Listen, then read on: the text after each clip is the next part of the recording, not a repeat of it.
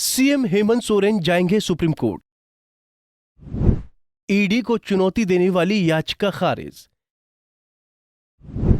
JMM ने जताई इंसाफ की उम्मीद। हेमंत सोरेन को हाईकोर्ट से बड़ा झटका लगा है। हाईकोर्ट ने ईडी के समन के खिलाफ याचिका को खारिज कर दिया। चीफ जस्टिस संजय कुमार मिश्रा और जस्टिस आनंद सेन की खंडपीठ में ईडी के समन के खिलाफ याचिका पर सुनवाई हुई। सुनवाई के बाद अदालत ने राहत देने से इनकार करते हुए उनकी याचिका खारिज कर दी। अदालत ने हेमंत सोरेन की याचिका को सुनवाई के योग्य नहीं माना। अदालत ने कहा कि याचिका अप्रासंगिक हो चुकी है, इसे खारिज किया जाता है। ईडी के समन के खिलाफ दायर याचिका पर हाईकोर्ट से कोई राहत नहीं मिलने के बाद मुख्यमंत्री रुख पर सबकी निगाहें टिकी हैं।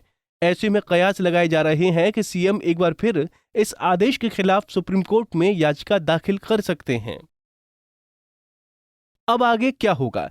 एससी में 18 अक्टूबर को होगा रिव्यू। पीएमएलए की धारा 50 और 63 पर रिव्यू। ईडी के समन पर बुलाने का आधार क्या होगा? आरोपी या गवाह के तौर पर बुलाया जाए। एससी के रिव्यू में साफ होगा मामला। एससी का फैसला बन सकता है रेफरेंस। ईडी का अगला समन 18 से पहले या बाद में? सीएम हेमंत सोरेन एससी में कब करेंगे अपील?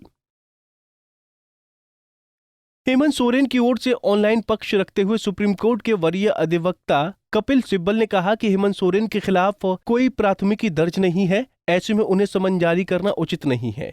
ईडी ने समन में यह स्पष्ट नहीं किया है कि उन्हें किस रूप में समन जारी किया है, इसलिए समन को रद्द किया जाना चाहिए।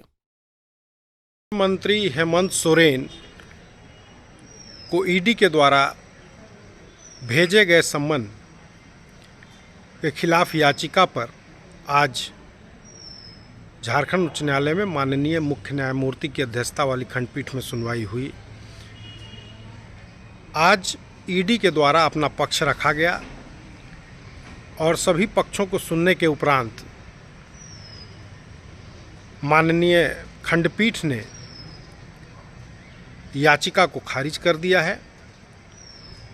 चूँकि जो ईडी के द्वारा सम्मन जारी किया गया था उसकी समय सीमा समाप्त हो गई थी, यह कहते हुए याचिका को खारिज कर दिया गया। ईडी ने हेमंत सोरेन को पूछताछ के लिए 5 बार समन जारी किया था, लेकिन वो एक भी बार उपस्थित नहीं हुए। उन्होंने ईडी के समन को अवैध बताते हुए अदालत से इसे रद्द करने का आग्रह किया था। 5वें समन में 4 अक्टूबर को उपस्थित होने को कहा गया था, लेकिन सीएम उपस्थित नहीं हुए। अब समन की अवधि समाप्त हो गई है। ऐसे में समन को चुनौती देने का कोई औचित्य नहीं है। सीएम हेमंत सोरेन को हाईकोर्ट से राहत नहीं मिली है। ऐसे में कयास लगाए जा रहे हैं कि सीएम हेमंत सोरेन इस आदेश के खिलाफ सुप्रीम कोर्ट में याचिका दाखिल कर सकते हैं। सुप्रीम कोर्ट में उन्हें पहले हाईकोर्ट में पक्ष रखने का आदेश दिया था। इसके अलावा हेमंत सोरेन ईडी के अगले कदम का इंतजार कर सकते हैं। Bureau report, Punjab Kesari TV.